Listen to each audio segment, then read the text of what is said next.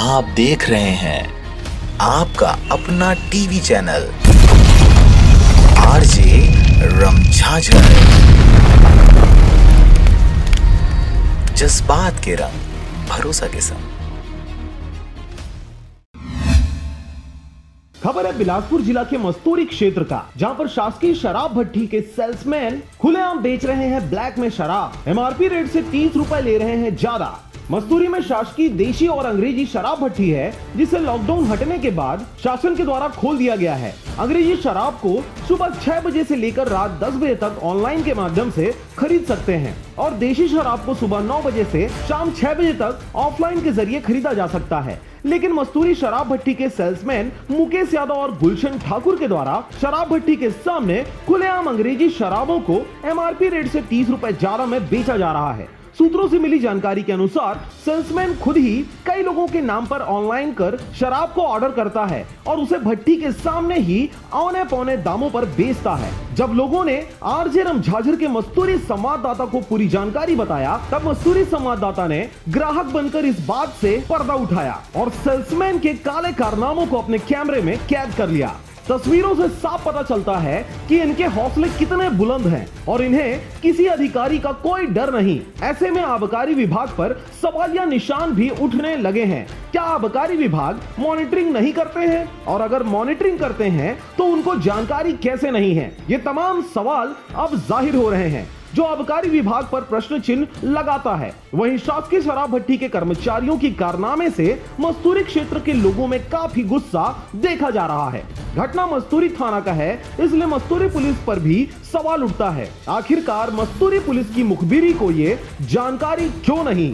शराब पर कहा था, जब इनकी सरकार नहीं थी तो इन्होंने लुभावने वादे किए थे। शराबबंदी पर भी इन्होंने कहा था कि कांग्रेस की सरकार बनते ही सभी शराब दुकानें बंद कर दी जाएगी।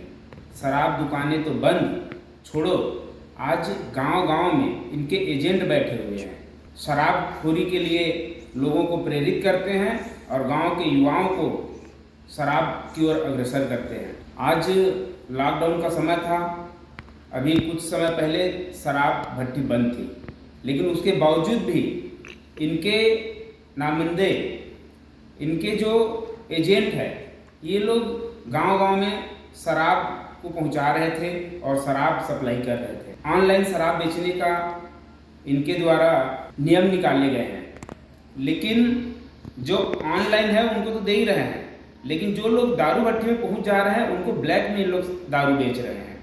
मैं आपको बताना चाहता हूं कि आज गांव-गांव में इनके एजेंट बैठे हैं जो शराब के लिए लोगों को प्रेरित करते हैं।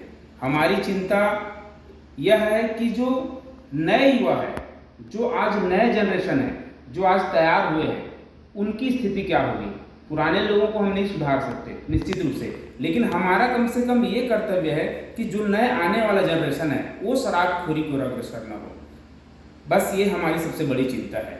रही बात दारू भट्टी बंद की, तो ना ये बंद करने का कभी सोचे हैं और ना ही सोचेंगे, सिर्फ इनका जुमला रहा है। और ये भी हो सकता है कि आने वाले समय में ये कुछ दिनों के लिए, जब चुनाव का समय आएगा, कुछ दिनों के लिए दिखावे के लिए ये दारू भट्टी को बंद भी कर दें। मस्तूरी से रविंद्र टंडन की रिपोर्ट, आरजे रमझाझर।